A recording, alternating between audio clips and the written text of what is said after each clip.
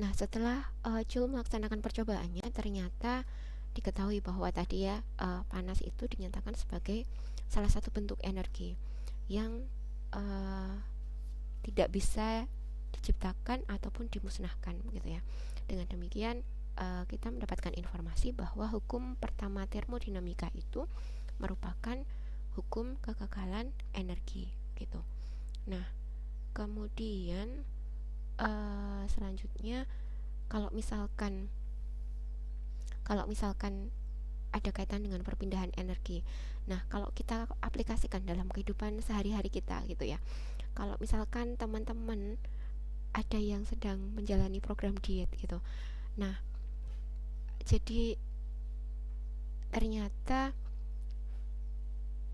kalau misalkan cara jitu untuk diet adalah dengan cara membakar kalori yang lebih banyak daripada apa yang dikonsumsi gitu. Jadi asupan makanannya jadi sedikit gitu. Terus kemudian aktivitasnya banyak lah. Itu adalah cara yang baik untuk diet, tapi sebenarnya nggak imbang juga ya jadinya, karena jumlah kalori yang masuk jumlah kalori yang masuk ataupun perbandingannya dengan jumlah kalori yang dikeluarkan itu nggak sebanding gitu. Jadi ini jadi joke aja gitu, kalau misalkan mau diet beneran gitu ya, coba makannya lebih sedikit daripada aktivitasnya, tapi ya ini nggak baik juga gitu. Itu ya. Baik, kemudian dari Clausius gitu, itu mendapatkan pernyataan bahwa hukum pertama termodinamika ini ada kaitannya dengan konservasi energi atau kekekalan energi itu, bahwa energi tidak dapat diciptakan ataupun dimusnahkan. Nah, namun demikian energi dapat dipindah ataupun diubah ataupun ditransformasikan dari satu bentuk ke bentuk yang lainnya. Nah, bagaimana dengan arah perpindahan energi? Apakah dibahas atau tidak ya kira-kira di hukum pertama termodinamika? Nah, ternyata nggak ada pembahasan mengenai arah perpindahan energinya itu bagaimana begitu. Nah, tetapi di sini hanya dinyatakan bahwa energi dapat berpindah begitu ataupun diubah dari bentuk satu ke bentuk yang lainnya. Sudah sampai di situ saja. Nah, kemudian transformasi energi itu di sekitar kita banyak, tadi Bu Nisa sudah cerita kaitan dengan uh, program diet begitu ya. Jadi kaitan dengan apa yang dikonsumsi oleh makhluk hidup kemudian yang dikeluarkan sebagai bentuk energi juga gitu.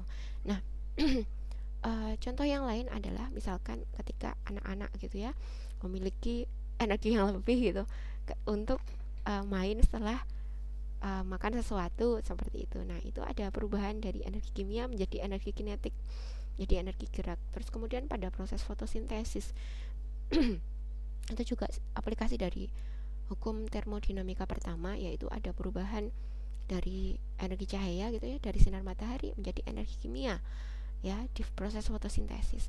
Itu pun juga diadopsi dari proses fotosintesis. Kita bisa melihat sistem sel surya gitu ya. Jadi pembangkitan energi listrik dari tenaga surya atau tenaga sinar matahari begitu. Jadi di situ ada kaitan dengan hukum pertama termodinamika juga, aplikasinya dari situ.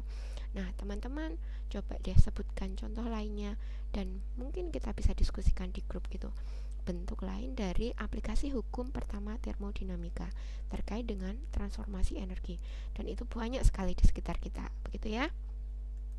Nah, kemudian kalau kita nyatakan dalam suatu persamaan, maka hukum pertama termodinamika dengan pernyataan tadi ya yang sudah dibahas sebelumnya, ternyata kita bisa mendapatkan nilai persamaan bahwa perubahan energi internal dari suatu sistem yang tertutup itu akan sama dengan energi panas dikurangi dengan kerja yang ada dari sistem ke lingkungan begitu. Jadi perubahan energi internal dari sistem yang tertutup atau delta E gitu ya, atau delta U begitu, merupakan energi panas gitu ya. Jadi energi panas yang ditambahkan di sini ada simbol Q begitu ya, nilainya positif karena energi panas yang ditambahkan ke dalam sistem kemudian dikurangi dengan kerja yang dilakukan oleh sistem ke lingkungan begitu. Nah, nilai delta E sama dengan Q min W itu nanti teman-teman itu juga bisa melihat di tempat lain bahwa delta E itu ada kaitannya sama dengan Q plus W begitu.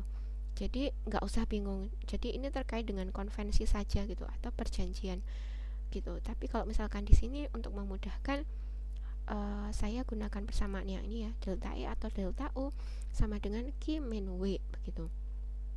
Jadi delta E atau delta U adalah perubahan energi dalam, biasanya satuannya adalah joule, kemudian Q adalah jumlah kalor.